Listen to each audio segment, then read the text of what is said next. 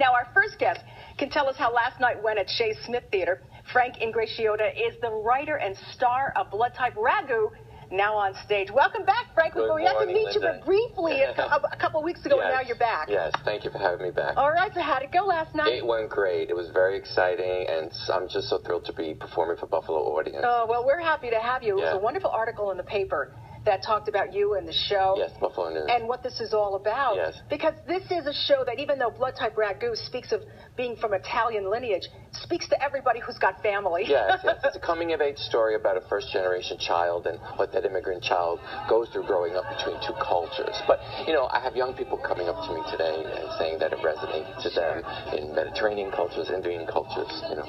And the thing is, it's a comedy, and it's fun. I mean, you're dancing around, it's high energy. Yes. But there's a lot of points in the show where it stops, and you feel the conflict. Yeah, well, you know, the comedy comes out of something real. It comes out of a situation. It comes out of struggle. It comes out of pain. But it's humorous and funny. It's like a roller coaster ride. Yeah. And it's about family. You know, we all have one. So. But Frank, when did you know you had this story in you? Oh, well, you know, I had these stories growing up, and I would share them with friends, and they always said to me, you know, you should really do something with this.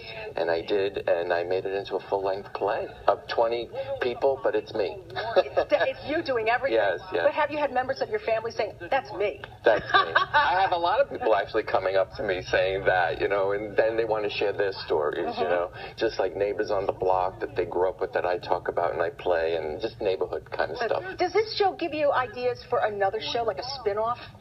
Well, yes, because the story does continue about what happens. It goes up until the point where I meet my wife and I get married, and how that changed my life and how I reconnected to the culture.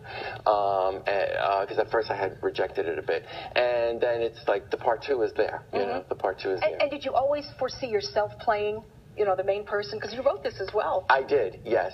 I always saw myself doing it. I love the art of solo performance and the challenge of it and the wonderful depth of what a performer can go playing different characters. But I'm writing it into a screenplay right now. Oh, that's interesting. Yes. So it will, you know, then there'll be actors playing that. Well, and that'll be really fun to kind of, you know, keep an eye on. I always imagine, like, what actor? I have an actor in mind. Yeah? Yeah. Who do you think should play you?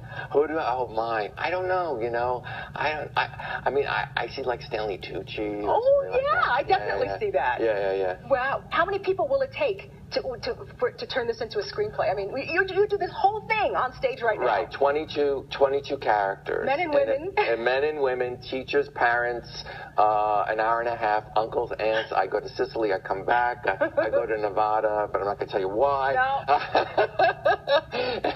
And all of that kind of stuff, you know. But it's just an emotional, fun journey. Yeah. What do you want people to know who already have a ticket and they can't wait to come and see you? What do you want them to know about the show? I want them to know that it's a universal story. I want them to know that they're going to come and just have a joyful, entertaining experience that they can go home and then talk about. It's not just laughs and go home and have a drink. It's laughs. I think people come back and say, I want to bring my children, I want to bring my grandmother, I want to bring, you know. So people come back. And I bet even though you're doing all the parts, and I'm sure that's very disciplined for you, every show is probably just a little different.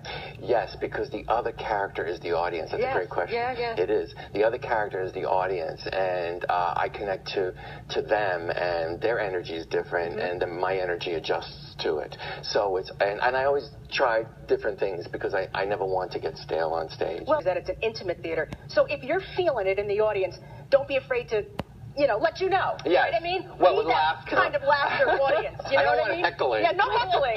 But, you know, let them know that you're there. Because it changes the energy of the show. Enjoy it because it's all about that connection. And I think it's a different kind of theater because you're getting to see one performer in the style of maybe the actor John Leguizamo, you know, that kind of thing.